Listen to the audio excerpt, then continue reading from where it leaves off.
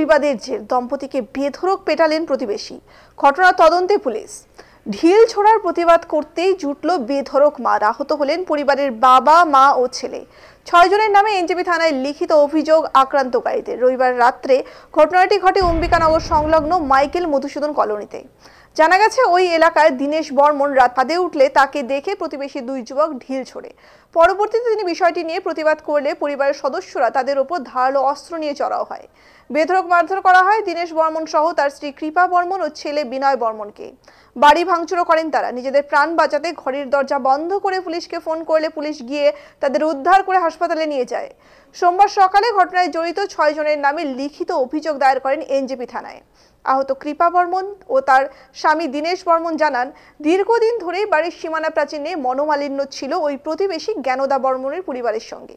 রবিবার রাতে ঢিল ছোড়ার প্রতিবাদ করতেই সেই বাহানায় তাদের ওপর চড়াও হয়ে মারধর করে।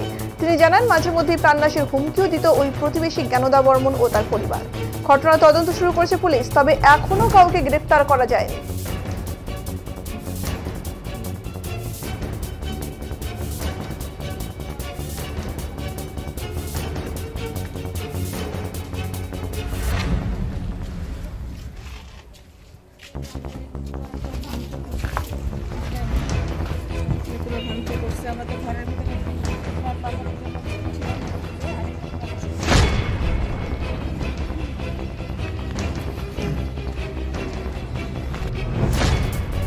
আসলে রাত 8:30 9টার দিকে ওর ছাদে গেছিল খরগোশকে খাওয়া দিতে। আমার 3টা খরগোশ আছে, তো তখন ওরা 2 বন্ধু মিলে পাশের বাড়ি আমাদের ছাদে ঢিলাচ্ছিল। ওটা দেখাতে আমরা বলতে যাই ওনার বাবাকে যে তোমার ছেলে এরকম ঢিলাচ্ছে। ওরা অস্বীকার করাতে ওরা অনেক কয়জন মিলে এসে সামনে পুরো তকাতকি করতেছিল। তারপরে ওনার মা এসে আমার গায়ে হাত তুলে, ওনার ছেলের বউ, তারপরে ছেলে, তারপর ওনার স্বামীও আসে।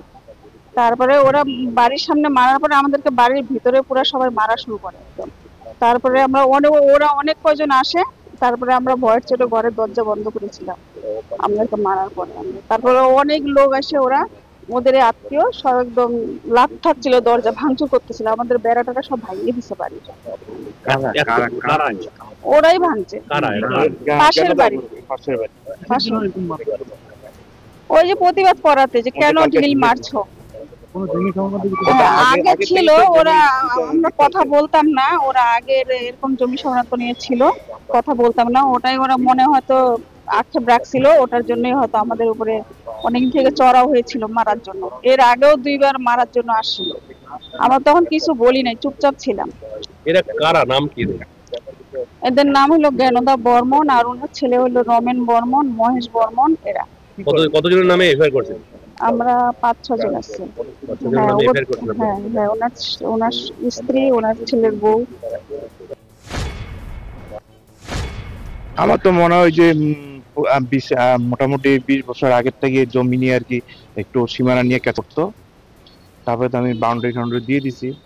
তাও মাঝে মাঝে ওনারা যে জ্ঞানদা বর্মন যে আছে, উনি আমাকে মাঝে মাঝে ঠেট দিত আর কি, গালাগালি করতো। হ্যাঁ, ছাড়বো না, বলতো, অনেক কিছু বলতো। হ্যাঁ, তবে এখান থেকে বাড়ি ভিটা ছাড়াও করবো, এগুলি বলতো। আমার তো মনে হয় ওইটারই কারণ। কিন্তু কালকে যখন ঢিল মারে আমাকে, আমি ছাদের উপর খরগোশটা খাইতে দিয়ে গেছি, তখন ঢিল মারতেছে ছাদের উপরে। ঢিলটা আমার পাশে এসে লাগছে আর কি, ঠ্যাঙের পাশে। তারপরে আমি যা বলতে গেছি, তারপরে ওর বাবাকে তখন আমাকে আর কি বলতেছে, না আমরা তো মারি নাই, কেন বলতিস না থেকে। আমি বললাম, আমি তো নিজের চোখে দেখলাম যে মা তোরা তো ঢিল মারতেছিস, মার থাকি কেন মারতেছিস। এই কথা বলাতে তখন ওরা আর কি সবাই আর কি ঝাঁপিয়ে পড়ছে আমাদের উপর। টার্গেট ছিল একদম মানে ভালো ক্ষতি করা। হ্যাঁ, কতটা ক্ষতি হয়েছে মানে আপনাদের? আমাদের তো মুখ চোখ ফাটাই দিছে, দেখতেছেন তো আপনারা। কি দিয়ে মারলো? এই যে রড, বাঁশ এগুলি নিয়ে আসছে। আমি বিচার চাচ্ছি এটা পঞ্চায়েতকে বলছি আর কি। এর আগেও যে কয়েকবার করছিল যে আমাকে থ্রেট দিছিল, যে তখন আমি পঞ্চায়েতকে বলছিলাম আর কি, পঞ্চায়েত জানে আর কি, কিন্তু এমনি কোনো লিখিত হয়নি আর কি তখন।